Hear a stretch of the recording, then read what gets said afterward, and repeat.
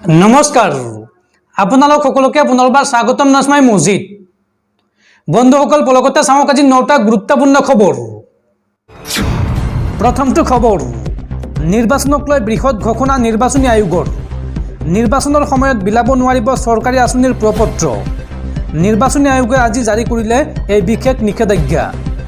বিজেপিৰ বিৰুদ্ধে উত্থাপন হৈছিল অৰুণোদয় আঁচনিৰ প্ৰপত্ৰ বিলোৱাৰ অভিযোগ আৰু এই অভিযোগ উত্থাপন হোৱাৰ পিছতেই কঠোৰ হৈ পৰিছে ভাৰতীয় নিৰ্বাচন আয়োগ। এতিয়াৰ পৰা নিৰ্বাচনৰ সময়ত আঁচনি আদিৰ প্ৰপত্ৰ বিলোৱাত নিষেধাজ্ঞা জাৰি কৰিলে নিৰ্বাচনী আয়োগে। দেশৰ নিৰ্বাচন আয়োগে আজি জাৰি কৰিলে নিষেধাজ্ঞা। নিৰ্বাচনৰ আগত হিতাধিকাৰী বাছনিৰ বাবে ল'ব নোৱাৰিব কোনো প্ৰপত্ৰ। লগতে কোনো ধৰণৰ সমীক্ষা আদিৰ বাবেও প্ৰপত্ৰ পূৰণত নিষেধাজ্ঞা জাৰি নিৰ্বাচনী আয়োগৰ। ৰেচন কাৰ্ড বা অন্যান্য আঁচনিৰ বাবে প্ৰপত্ৰ পূৰণত নিষেধাজ্ঞা জাৰি কৰিছে নিৰ্বাচন আয়োগে। উল্লেখযোগ্য যে অসমত ব্যাপক হাৰত বিজেপিয়ে বিতৰণ কৰিছিল বিভিন্ন আঁচনিৰ প্ৰপত্ৰ আৰু বিজেপিৰ বিৰুদ্ধে উত্থাপন হৈছিল অৰুণোদয় আঁচনিৰ ফৰ্ম বিলোৱাৰ অভিযোগ। এই সন্দৰ্ভত জিলা নিৰ্বাচনী বিষয়াক কাৰ্যব্যৱস্থা গ্ৰহণৰ নিৰ্দেশ দিছে ভাৰতীয় নিৰ্বাচন আয়োগে। পৰৱৰ্তী খবৰ, মাদ্ৰাছাক লৈ পুনৰ ডাঙৰ ঘোষণা মুখ্যমন্ত্ৰী হিমন্ত বিশ্ব শৰ্মাৰ। হিমন্ত বিশ্ব শৰ্মাই এই সন্দৰ্ভত মন্তব্য কৰি কয় যে অসমত আৰু কেতিয়াও খুলিব নোৱাৰিব চৰকাৰী মাদ্ৰাছা। কোনোবাই মাদ্ৰাছা খুলিব লাগিলে ল'ব লাগিব 4টা জনম। এই মন্তব্য মুখ্যমন্ত্ৰী ডক্টৰ হিমন্ত বিশ্ব শৰ্মাৰ। অসমত আৰু কেতিয়াও কোনেও খুলিব নোৱাৰিব চৰকাৰী মাদ্ৰাছা।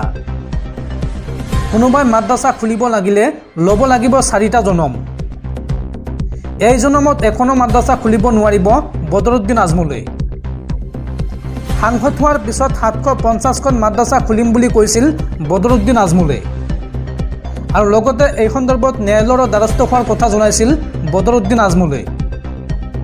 আৰু আজমলৰ এই প্ৰত্যাহ্বানক লৈ মুখ্যমন্ত্ৰী হিমন্ত বিশ্ব শৰ্মাৰ এই বিস্ফোৰক মন্তব্য। পৰৱৰ্তী খবৰ, পুনৰ প্ৰকৃতিৰ ৰোষত পৰিছে অসমৰ ডিমা হাছাও। প্ৰবল বৃষ্টিপাতৰ পিছত এইবাৰ বানপানীয়ে লৈছে ভয়ংকৰ ৰূপ। বানপানীৰ ফলত ডিমা হাছাওৰ বিভিন্ন ঠাইত পথ ছিঙি যোগাযোগ বিচ্ছিন্ন হৈ পৰিছে, যাৰ পৰিপ্ৰেক্ষিতত জিলাখনত কেইবাদিনলৈকে স্কুল কলেজ সকলো বন্ধ ঘোষণা কৰা হৈছে। ডিমা হাছাওত পুনৰ ৰুদ্ৰ ৰূপ লৈছে প্ৰকৃতিয়ে। প্ৰচণ্ড বৰষুণৰ পাছত আকৌ এবাৰ প্ৰাকৃতিক বিপৰ্যয়ৰ গ্ৰাসত পৰিছে পাৰ্বত্য জিলাখন। পথ আৰু ৰেল যোগাযোগ ব্যাহত হোৱাৰ ফলত ডিমা হাছাও জিলাৰে ব্ৰহ্মপুত্ৰ আৰু বৰাক উপত্যকাৰ যোগাযোগ বিচ্ছিন্ন হৈছে। কেইবা স্থানতো ভূমিস্খলনৰ ফলত পথ যোগাযোগ ব্যাহত হৈ পৰিছে। আনহাতে কেইবা স্থানতো ৰেলপথৰ ওপৰত পানী আৰু বোকা জমা হোৱাৰ ফলত ৰেল যোগাযোগ ব্যৱস্থাও ব্যাহত হৈ পৰিছে আৰু লগতে আগন্তুক কেইবাদিনলৈ ডিমা হাছাওৰ সকলো স্কুল কলেজ বন্ধ ঘোষণা কৰা হৈছে। বন্ধুসকল, তাৰপিছত 4 নম্বৰ খবৰটো জনোৱাৰ আগতে আপোনালোক এটা সৰু ৰিকুৱেষ্ট, যদি তেওঁলোকে এইটো ভিডিঅ'ত লাইক কৰা নাই তেন্তে প্লিজ এটা লাইক কৰি দিয়ক আৰু এনেকুৱা ধৰণৰ নতুন নতুন ভিডিঅ' পাবলৈ চেনেলটো ছাবস্ক্ৰাইব কৰি কাষত থকা বেল আইকনটো প্ৰেছ কৰি ৰাখক। পৰৱৰ্তী খবৰ, ডাম্পাৰ আৰু বাইক চালকলৈ জৰুৰী খবৰ। এতিয়াৰ পৰা যধে মধে চলাব নোৱাৰিব ডাম্পাৰ আৰু বাইক। ডাম্পাৰ আৰু বাইক চালকলৈ ৰাজ্যত আহি গ'ল কঠোৰ নিৰ্দেশনা। এই নিয়ম ভংগ কৰিলেই পৰিব ভয়ংকৰ বিপদত। ডাম্পাৰৰ চলাচলক লৈ ৰাজ্যত আহি গ'ল কঠোৰ নিৰ্দেশনা। এতিয়াৰ পৰা যেনি তেনি চলাব নোৱাৰিব ডাম্পাৰ আৰু ট্ৰিপাৰ। পুৱা 6 বজাৰ পৰা নিশা 10 বজা পৰ্যন্ত ৰাষ্ট্ৰীয় আৰু ৰাজ্যিক ঘাইপথত চলাব নোৱাৰিব ডাম্পাৰ। ৰাষ্ট্ৰীয় ঘাইপথত 60 কিলোমিটাৰতকৈ অধিক বেগত চলাব নোৱাৰিব ডাম্পাৰ আৰু লগতে ৰাজ্যিক আৰু গ্ৰাম্য অঞ্চলৰ পথত 40 কিলোমিটাৰ গতিবেগতকৈ অধিক বেগত চলাব নোৱাৰিব ডাম্পাৰ আৰু বাহনসমূহ কোনো ধৰণৰ মডিফাই কৰিব নোৱাৰিব।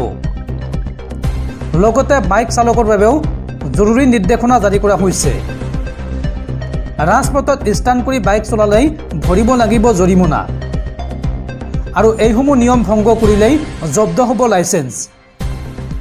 সুৰাপান কৰি অত্যাধিক বেগত চলাব নোৱাৰিব বাহন।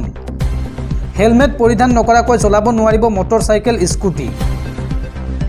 বাইক চালক আৰু আৰোহী দুয়োজনে পিন্ধিব লাগিব হেলমেট। 144 ধাৰা জাৰি কৰি সজাই জিলা প্ৰশাসনে জাৰি কৰিছে এই নিৰ্দেশনা। আৰু এইসমূহ নিয়ম ভংগ কৰিলেই প্ৰশাসনৰ কঠোৰ শাস্তিৰ সন্মুখীন হ'ব লাগিব বাইক আৰু ডাম্পাৰ চালকে। পৰৱৰ্তী খবৰ, গুৱাহাটীত পুনৰ ভয়ংকৰ ঘটনা। এইবাৰ 16 বছৰীয়া কিশোৰী টাৰ্গেট হ'ল দুৰ্বৃত্তৰ। ঘৰত প্ৰৱেশ কৰি কিশোৰীক ধৰ্ষণ দুৰ্বৃত্তৰ। ঘটনা সন্দৰ্ভত গুৱাহাটী মহানগৰ আৰক্ষীৰ তদন্ত আৰম্ভ। গুৱাহাটীত পুনৰ জঘন্য কাণ্ড। এইবাৰ 16 বছৰীয়া এগৰাকী কিশোৰী টাৰ্গেট হ'ল দুৰ্বৃত্তৰ। ঘৰত প্ৰৱেশ কৰি কিশোৰীক ধৰ্ষণ দুৰ্বৃত্তৰ। ঘৰত কোনো নথকাৰ অৱস্থাত সংঘটিত হয় এই ভয়ংকৰ ঘটনা। এই ঘটনা সংঘটিত হৈছে গুৱাহাটীৰ হেঙেৰাবাৰীত। ঘটনা সন্দৰ্ভত ইতিমধ্যে দিছপুৰ থানাত ৰুজু হৈছে 387/24 নম্বৰত গোচৰ। পক্সো আইনৰ অধীনত ৰুজু কৰা হৈছে এই ঘটনাৰ গোচৰ। আৰু অভিযুক্ত ৰাজু ৰাওক চিনাক্ত কৰিছে ভুক্তভোগী যুৱতীয়ে।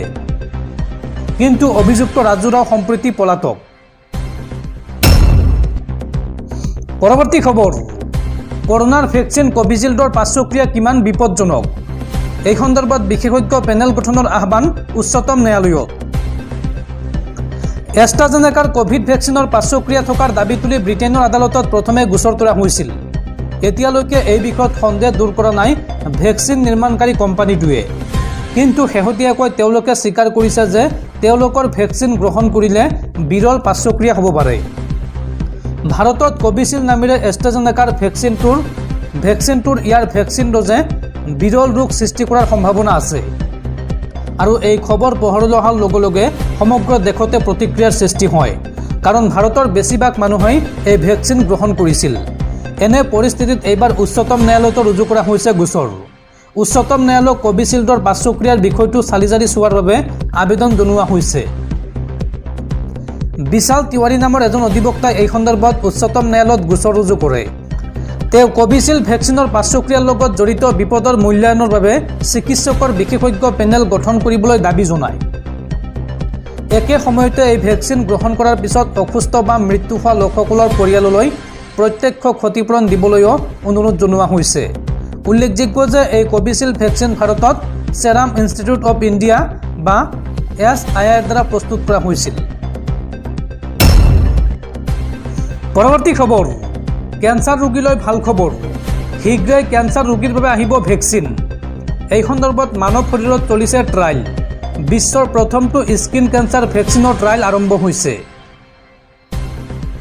শীঘ্ৰেই কেঞ্চাৰ ৰোগীৰ বাবে ভেকচিন আহিব। মানৱ শৰীৰত চলিছে ট্ৰায়েল। বিশ্বৰ প্ৰথমটো স্কিন কেঞ্চাৰ ভেকচিনৰ ট্ৰায়েল আৰম্ভ হৈছে। ব্ৰিটেইনৰ ৰোগীৰ ওপৰত চলোৱা হৈছে পৰীক্ষা। এই ভেকচিনে স্কিন কেঞ্চাৰ ৰোধ কৰিব বুলি দাবী কৰিছে বিশেষজ্ঞসকলে। চিকিৎসকে মূলতঃ 3 প্ৰকাৰৰ ছালৰ কৰ্কট ৰোগৰ কথা কয়, যেনে basal cell carcinoma, squamous cell carcinoma আৰু মেলানোমা। আৰম্ভণিতে মেলানোমা নিৰাময়ৰ বাবে আহিব এই ভেকচিন। মেলানোমাৰ আশংকা ৰোধ কৰিবলৈ ইউনিভাৰ্চিটি কলেজ অৱ লণ্ডনে লৈছে এই প্ৰচেষ্টা। প্ৰাথমিক অধ্যয়ন মতে এই ভেকচিনে মেলানোমাৰ সম্ভাৱনা 49% হ্ৰাস কৰিব পাৰে। এনে কেঞ্চাৰ ভৰিৰ গাৰোহা, পতা, আঙুলি বা যৌনাংগত দেখা যাব পাৰে। উল্লেখযোগ্য যে কিছুদিন পূৰ্বে ৰাছিয়াৰ ৰাষ্ট্ৰপতিয়ে ঘোষণা কৰিছিল ভেকচিন প্ৰস্তুতৰ দাবী। আৰু ভাৰতৰ টাটা ইনষ্টিটিউটেও কেঞ্চাৰক লৈ টেবলেট নিৰ্মাণৰ দাবী কৰিছিল। আৰু টাটাৰ এই টেবলেটে ৰোধ কৰিব কেঞ্চাৰৰ পুনৰ উদ্ভাৱন।